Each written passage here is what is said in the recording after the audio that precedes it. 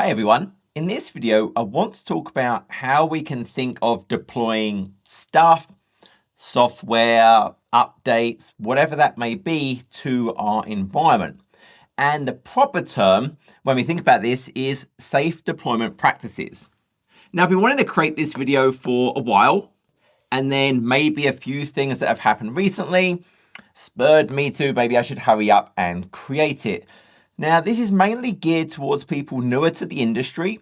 If you've been in the industry a long time, you'll probably be very familiar with this. But I wanted to create something for everyone. But then later in the video, I'll go into a few examples that help us do things like patch operating systems in Azure, deal with antivirus definition updates, security intelligence updates, because there are some good examples of the extremes of things we have to think about patching. So I wanted to go through those.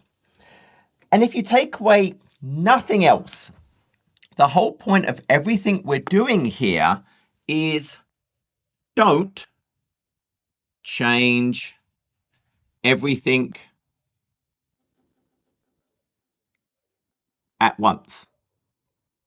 I mean, it really boils down to that. What we want to do is build confidence.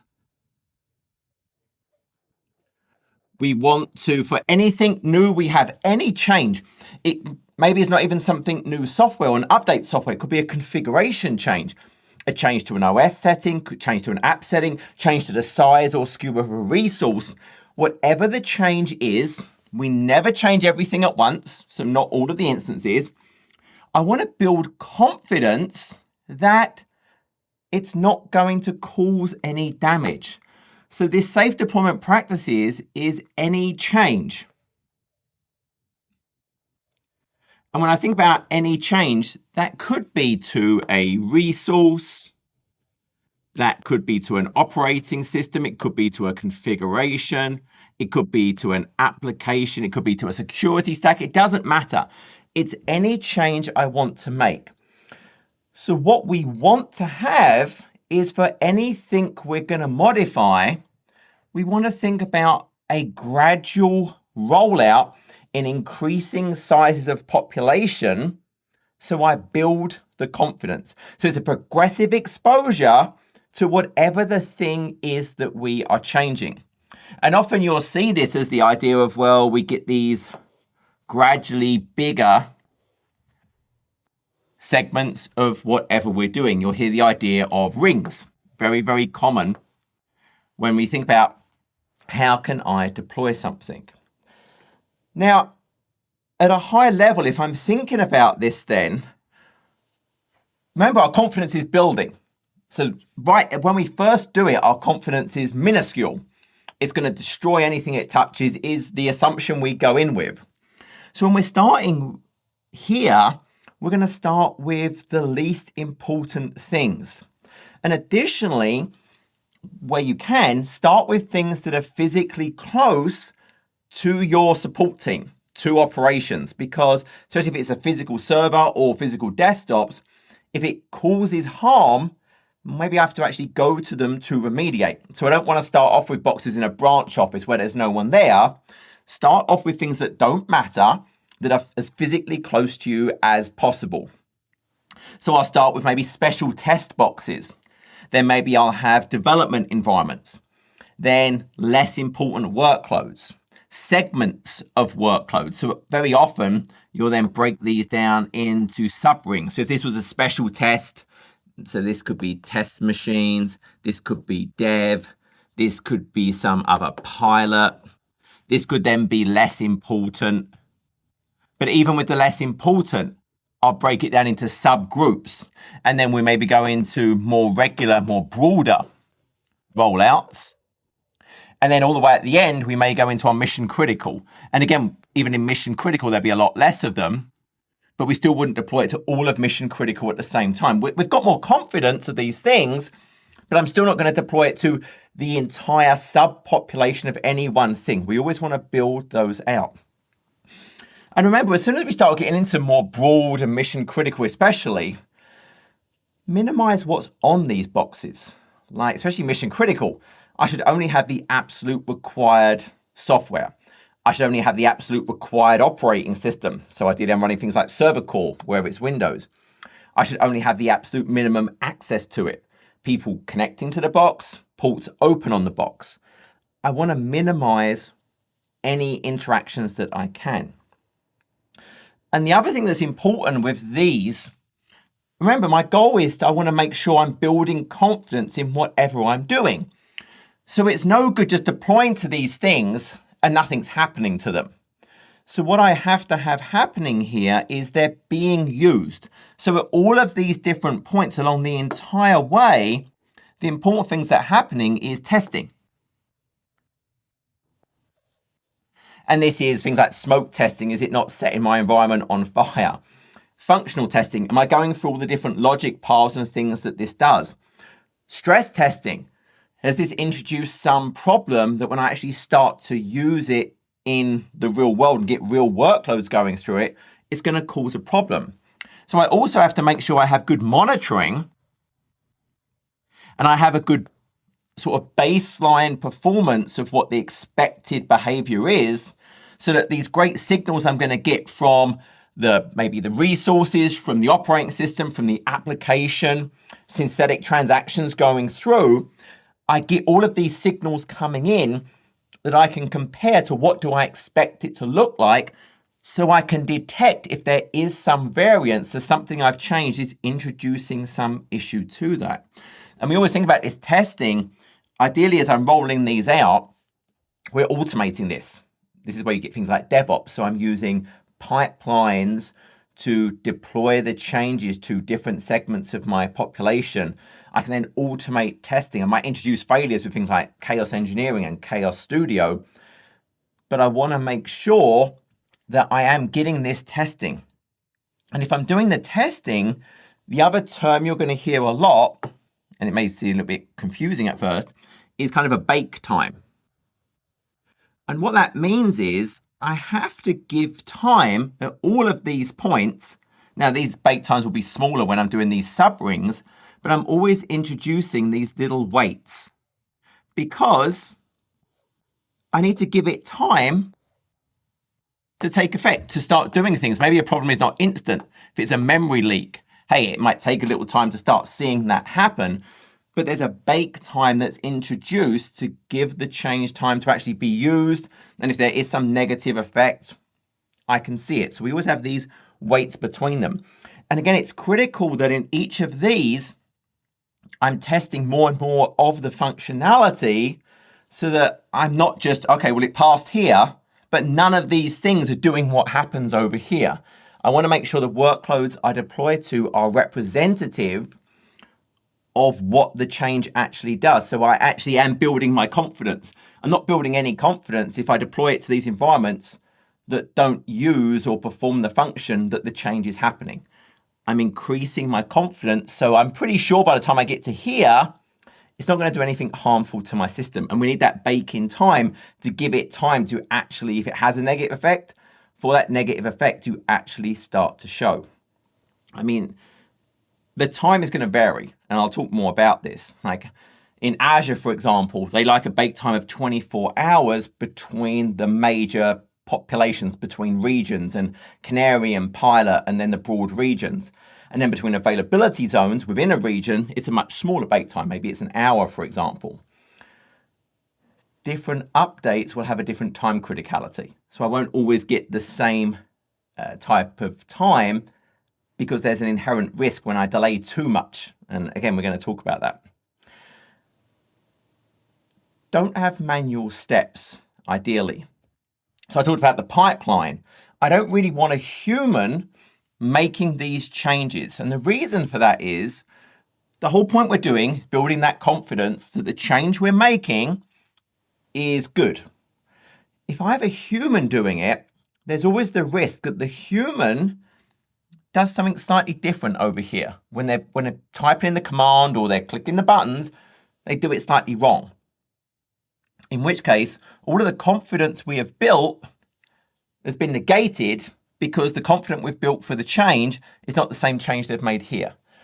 So I want to use things like infrastructure as code, declarative technologies, if it needs to be a script, but automate that so it's not some human clicking a button who could make a change.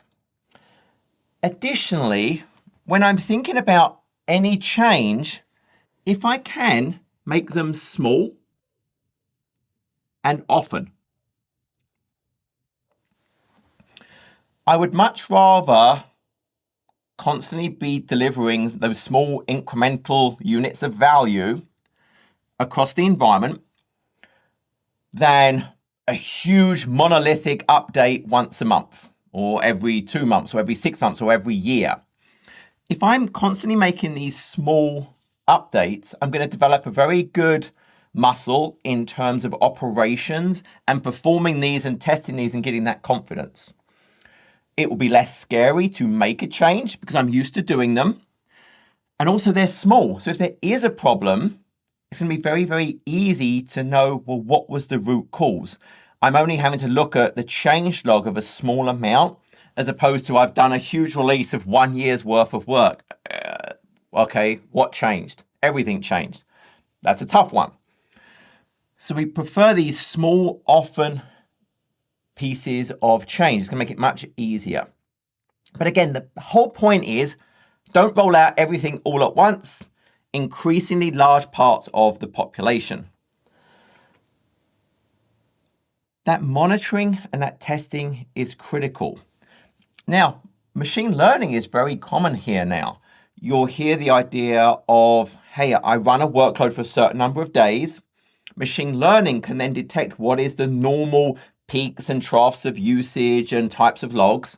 And then we can have a threshold for how aggressive we might be and how sensitive we are to variances from that, and it can alert us on that.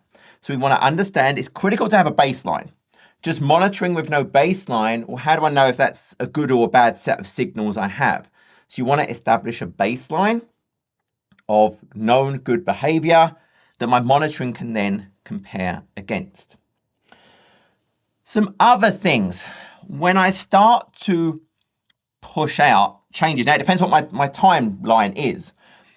If it's a longer timeline, when I start getting into these more important systems, don't do it on Fridays or weekends. Do it earlier in the week so that if there is a problem, I have the time to back it out. I have the staff available. There's always a challenge. If I go and roll it out Saturday, now that might be required. That might be the only downtime you have. It depends on your app architecture.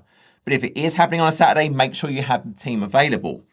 But ideally, don't do these major things just before the weekend because people may take Fridays off. They're not available at the weekend. Then you come in Monday and it's just a disaster. So you want to make sure you have the right people. So maybe earlier in the day, earlier in the week, when the people are available, so you have the time to actually solve it and use these deployment rings. It really is critical. And I want to stress that this applies to any change. I'm changing the size of a VM. I'm changing the type of my load balancer.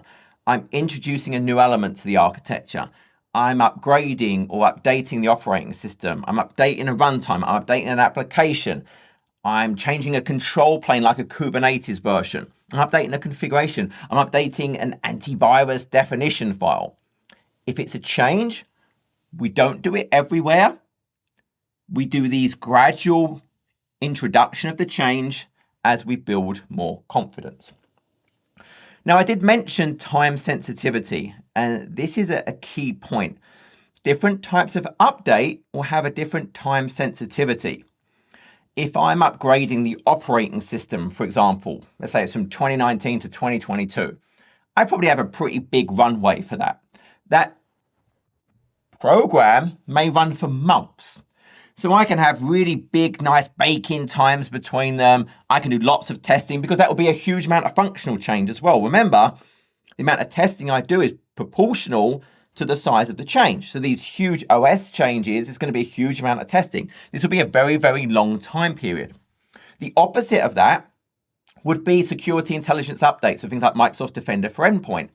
Those happen 4 to 8 times a day. You have this balance. I can really think about when I have all of these changes, I have the security of the systems, and then I have the reliability. And what I have to do is a risk assessment. For the systems, I have to think about, okay, what is the risk of delaying this security intelligence updates by a couple of hours compared to its reliability? Now, if I have good high availability and DR, and I've got some different staging, and it's not a mission critical, well, then that security may win out. It's a broader system. But for my mission critical, hey, look, nothing can ever compromise the availability, the reliability of that system. And it's a mission critical. It's more locked down. There's less running on it. There's less things open to it. In that case, will take a slight delay so I can get the absolute confidence there's no risk to the reliability of my system. If I'm changing a Kubernetes control plane, I probably have more time to do that. So it's always about understanding what time I have available. If it's a hotfix for a critical vulnerability, I'm going to have to expedite my testing. It doesn't mean we don't do any testing. We would never, ever change everything all at once. But it's definitely going to be a way smaller bake time, and we may even do much broader groups to get that in. But for your mission critical, we would never just put a change in. We always want to get some level of confidence, unless your risk assessment is just, it's too big. We're willing to take the tiny risk of a reliability because there's such a huge gap for some reason in that security. So there is no single answer that applies everywhere. It's saying you knowing your environment will do that assessment to understand, well, okay, what is the right thing to do for this particular set of systems? So with that, let's actually look at some examples. And I want to start off looking at the example of a virtual machine in Azure. So if I think about a virtual machine, so I have my VM. Now, when I say a VM, that's typically some single object, some resource I've created that's a singleton. There's an instance of that virtual machine. Remember, what we prefer to do is a virtual machine scale set. Now, there's two different types of virtual machine scale set. There's uniform, which is our original, where everything is an instance of a template that defines the SKU, the OS, the configuration. And then we also have flexible. And flexible now enables us to mix different SKUs, spot and non-spot. I can treat them as individual VMs as well and interact with them in different ways. So we have these two different orchestration modes, but they use VMs under the covers. But if these were special, unique snowflakes of either state, so I can't just duplicate and replace them, or maybe their configuration is so complex, I don't have the ability to automate that, so I can't use a virtual machine scale set. But ideally, I want to use a VM scale set. They are tin soldiers. I'm just creating and deleting them based on maybe scale requirements. So with these, and also Service Fabric applies to what I'm going to talk about as well, but I'm going to focus on VM and VM scale sets. I can think within here, obviously, so there's the Azure resource, but then inside it, I have an operating system. And then maybe I have different run times, and I put my application inside here, and maybe there's data. But again, if it's a virtual machine scale set, generally my state, the data would be on some other tier because I don't want to care about this. I never want to heal this or do anything about it. If there was a problem, I delete it and I recreate it. But there's different components within here. And what we're going to really focus on, if I think about the security of a system, what's one of the biggest things that helps the security? And it's obvious and a simple one, but it's patching. It's making sure the operating system is patched. And so one of the services that we have, and we're going to focus on, is this Azure Guest patching services. And there's actually two modes that this capability runs in. Because I can think, based on the VM and the virtual machine scale set, there's different ways I can treat this particular instance. Remember, a VM has got this unique snowflake. I can't just replace it. VM scale set, there's nothing unique. It's the tin soldier. I don't have to worry about any state that's within here. I can just delete and recreate it. So that changes what we can actually do. Now, for both of these, one of the things I want to focus on is as the customer, I still can say what I care about and what I need. For example, I can absolutely configure things like maintenance windows. So I'm telling it, hey, this is when you are allowed to make changes. And this service is going to respect that for both the VM and the VM scale sets. And I can set this per resource. So I can, with this, even though it is going to go and automate all of the patching for me, I could still, through this mechanism, almost create my own little groupings by staggering the maintenance windows of these different systems. Now, you want to be careful you're not too restrictive on these. If I'm too restrictive, it won't be able to work out a way to get them all patched. But this does give me, as long as I'm broad enough and follow the guidelines for those maintenance windows, it gives me the ability to still, hey, I can segment different areas of my population on how these things are going to get rolled out. Now, as I mentioned, there's two methods that can get used. If I'm a virtual machine, now in the virtual machine scenario, what I'm really thinking about here is there's state. There's state I care about. And so what I'm going to have here is I have to patch the operating system. I can't just throw it away. So when I think for my virtual machine, there is some state that I care about, which means what I have to do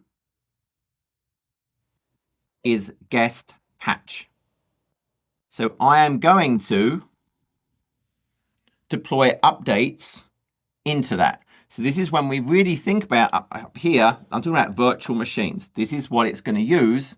It's actually patching the operating system. Now it's going to call the native service of the operating system. So obviously Windows has its Windows Update service. It can go and talk to the Microsoft Update. Different distributions of Linux, they have their own mechanisms to do that. So those will get used. And they've actually done a bunch of work with some of the Linux vendors to improve the types of patching service it can do for the different operating systems. So it's going to patch inside the guest. If it's a virtual machine, it's got that unique snowflake we care about. The other thing it can do is if we don't care about the state, so now we're talking about virtual machine scale set. So if I don't care about the state, because by virtue of the fact that we just create and delete, we can't care about it, we don't have to patch anything inside the operating system. So what we can now do is just an image upgrade or image update, whichever term you want to use. And so we just replace it. Because again, this now, we think of this as stateless. So it will just go through, there's a new version of the image. I replace the VM with a new instance running the new version of the image. Once I know it's good and healthy, hey, I'll throw this one away. And what's nice about here is because it's completely replacing it, one of the benefits this actually gives me is the ability, if I need to, I can do a rollback. Because it keeps the old OS disk until it knows, hey, this replacement is up, the app is healthy, everything's working. So I have the ability to roll back because it doesn't delete the old disk containing the old image until I know everything is good. So I get this nice capability when I do this. Now, with this, it supports a number of different images. In fact, let's just take a look at that quickly. So with the image upgrade, it's working from the gallery, and it can also use custom images. So it's based on all of these different images here. So you can see here, there's Ubuntu, there's Mariner, obviously the Azure Linux, Windows Server. And again, you can create your own ones based off of those as long as you're storing them in the Azure Compute Gallery. It says a number of different images available. And remember, if you are using your own image, use Azure Image Builder. That will then, based on the Packer technology, when there's a new version of the image, it will just go and recreate your custom image using a recipe you've described, and then it will be available and use it for that. Now, I mentioned the word healthy a couple of times. And one of the important things here is you get to decide what is healthy. So as part of these, you have this application health extension. So you would install this. So I have the application.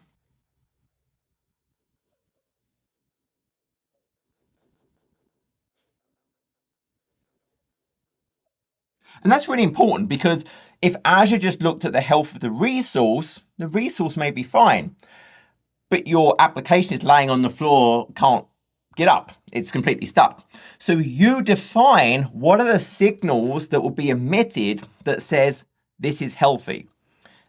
And you need to use this. If I want to use the guest patching service on the VMSS, you have to get this installed. You have to describe how it can tell what is the right probe to determine the health of your instance. And why this is so important is this automated guest patching doesn't just roll out the update to everything in your environment. This is a key point. It follows these really important availability principles. And so when I drew this idea of kind of the rings here, well, this is a core part of what Azure does. But Azure also has like an internal ring, then there's a canary ring, then there's a pilot ring, then there's a small region, medium region, then you get into the more broad pairs of regions, then the sovereign clouds. There's a whole set of different rings and checks here. Well, this Azure Guest Patching Service follows those models in terms of thinking about availability first. So if we go and look at its documentation, this applies to both the in-guest and the image upgrade. So it is a phased manner across the regions. So it's not doing it all at once. It's going to phase those deployments across the region. So it won't update the region pairs at the same time, for example. Then it does it AZ by AZ. So it's region by region. Then AZ by AZ. And then if you're in the scale set, which is what we're talking about here, what it will actually do within the scale set, it will never do more than 20% at a time. And if I have less, it still only will do one at a time. It's going to wait for up to 5 minutes before it is healthy. So it's waiting for those health metrics and signals to come from your particular instance. And so that's really a huge key point about this. This is not just doing some blind, okay, let the OS update whenever it wants it, all get it at the same time. The key feature of this whole solution for both the guest patching and the stateless, it is doing a phased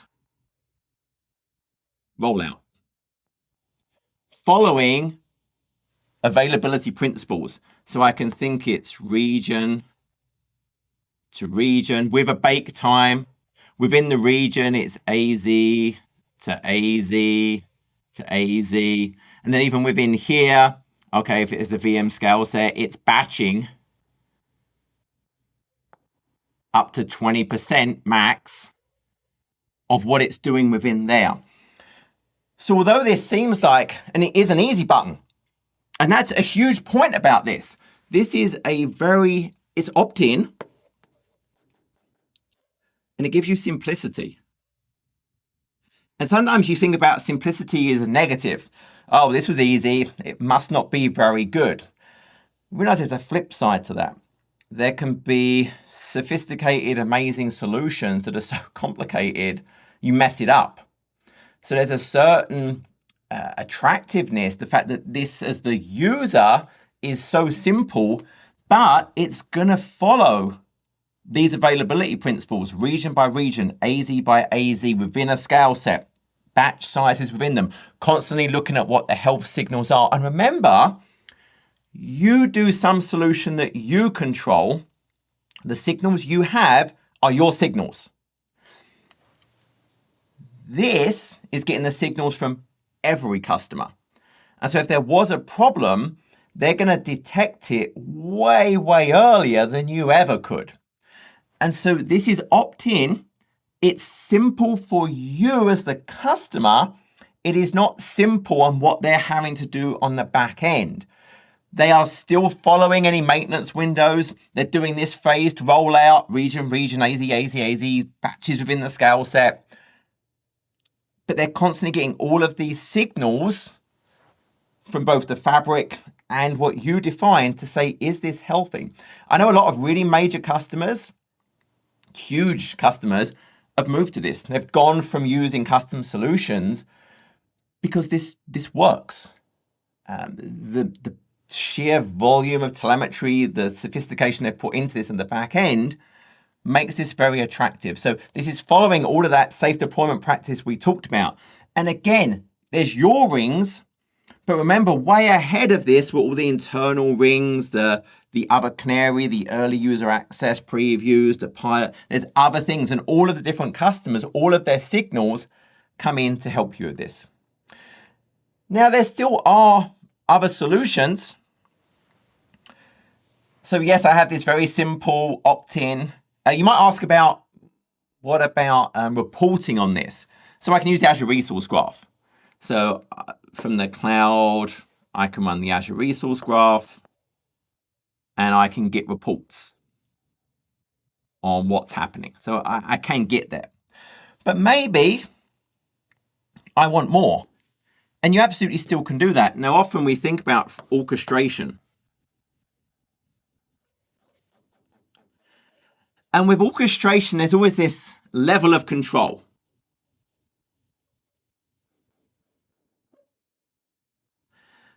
And there's a swing between, well, what does Azure control?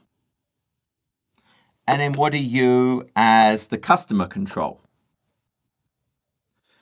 And there are levels where the customer has absolute control. There's levels where Azure has absolute control. And there's levels in the middle, depending on what you want. And so there's solutions like Azure Update Manager still. That would give me more control, more granularity. I can define dynamic groups of machines and deploy updates to those. So I would get more control both on the scheduling,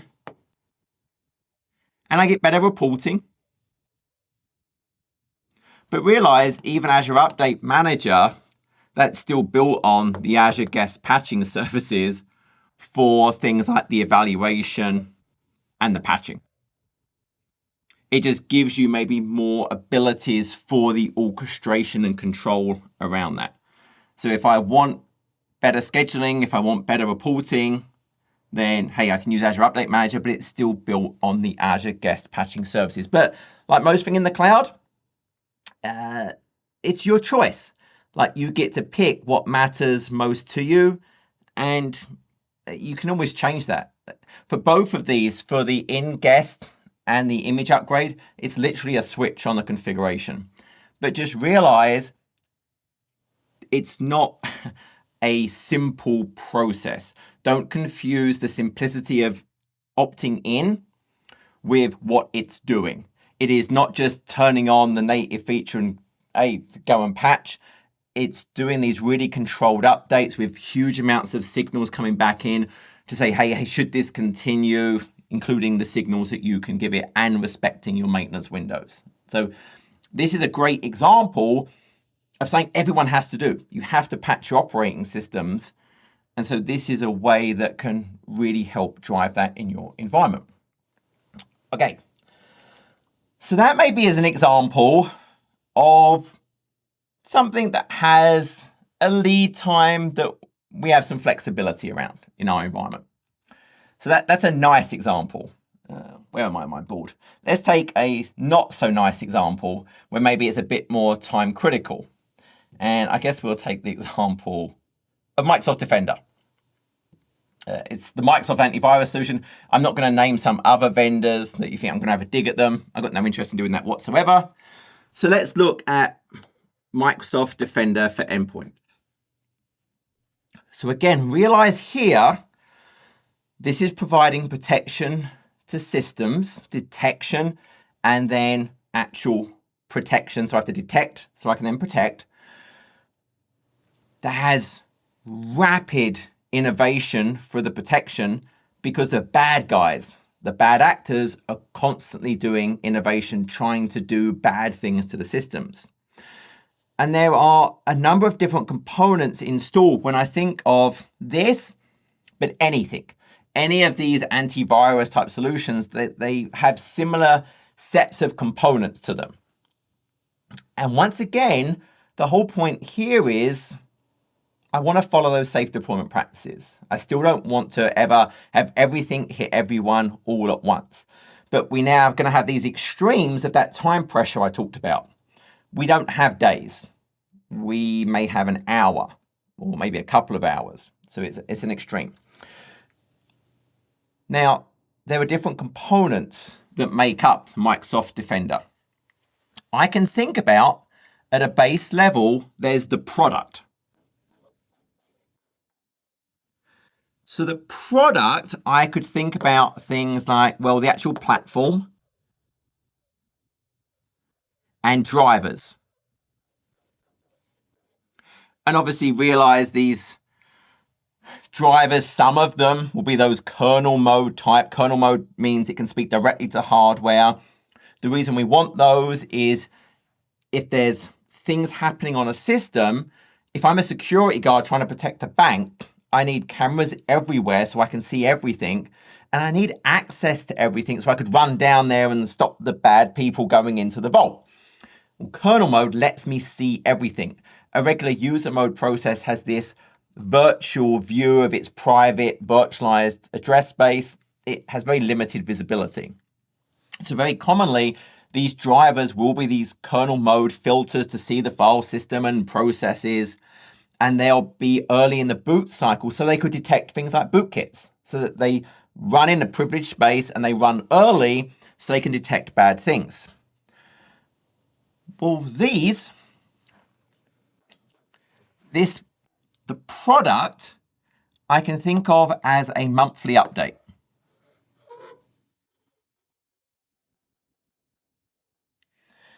Now, as part of that, I get to pick a channel. So I can have different groups of machines who will be on different channels. And I can set that via group policy. I can set it via Intune. So you can see here for these monthly updates, I could have a beta channel. So I get it really early. So that could be on my test group of machines. I get preview. So this is earlier during the gradual release cycle. I can do staged, which is a bit more broad, but still fairly early. I can do broad, which is later. And then there's even the idea of delay, which puts me after a 48-hour delay. So I can go and set these specific stages for particular groups of my machines, or there's default, and Microsoft will just pick whichever way it thinks makes the most sense. But they do these ring deployments. They have the internal and all of those different tests. And then even for the customers, this part, hey, there's channels that you can pick. Now, there's then the engine. Now, the engine is using these things, and it's still primarily updated monthly. So once again, that follows the same sort of channel thing that I'm picking here with the product. But realize that's the thing that's doing the work. to go and look for the behavior, to have heuristics to detect types of actions being done in combinations, that knows about known problems. Now, for the engine of MDE, it is talking to these drivers. They run in the kernel mode. Microsoft is very used to writing kernel mode drivers. So they have huge amounts of the source code checks and looking for things. They have huge amounts of testing. That doesn't mean there can't be problems. Generally, the concern always here is things like false positives, like an FP. Because a false positive is something legitimate is detected as malicious. We block a good file. We block a good process. And that then still is damaging, right? Because it interrupts business. So even if we think that Microsoft, they're fantastic at writing these kernel mode things, they have fantastic processes, it doesn't mean there's no risk. I still want to use these channels. I still want to test these things because false positives can still be very, very damaging. So we still want to make sure we test. Which leads us to, then we have the idea of, let's pick a different color. Security,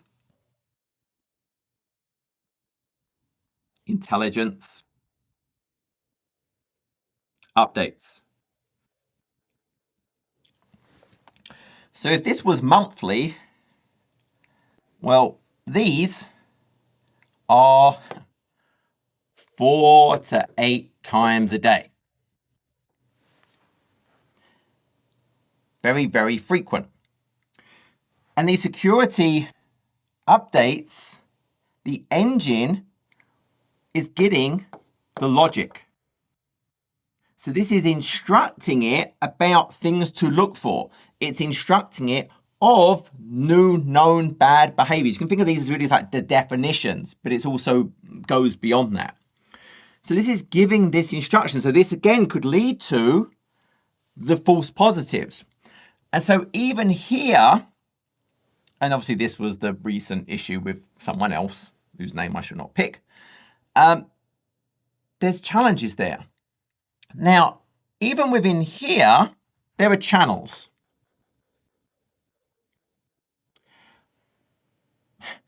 But realistically, this is very, very rapid.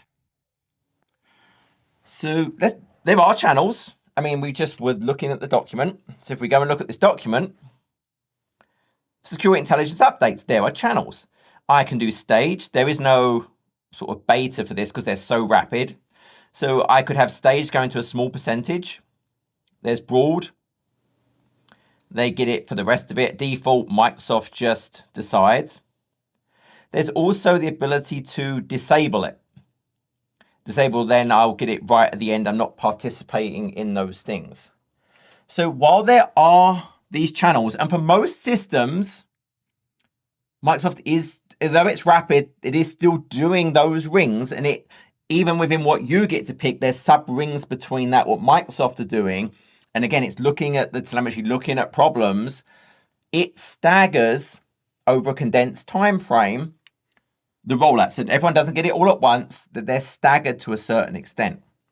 So if I wanted to, I could put a certain percentage in staged, my test systems. For some other systems, I may go and put it into that broad. For my mission critical, or most important, I would maybe put it in disable and get it last. But again, it's still that very, very rapid. Most systems, the risk assessment, I'm going to leave it and let Microsoft actually just pick those rings. However, when I think of my mission critical,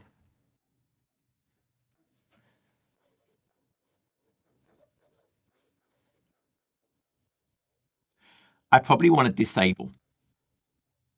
Now, I'm careful with that because it's your risk assessment.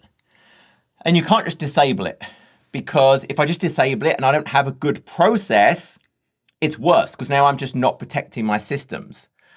But if it's my absolute, and I really do mean mission critical for your environment, what you can have is you can use another system. This could be a file share, it could be SCCM, it could be Intune, and you can have a process to download them to whatever that system is to then distribute to your mission critical systems. And then with that, you could do a little bit of testing. Now, you need to have a really strong operational process.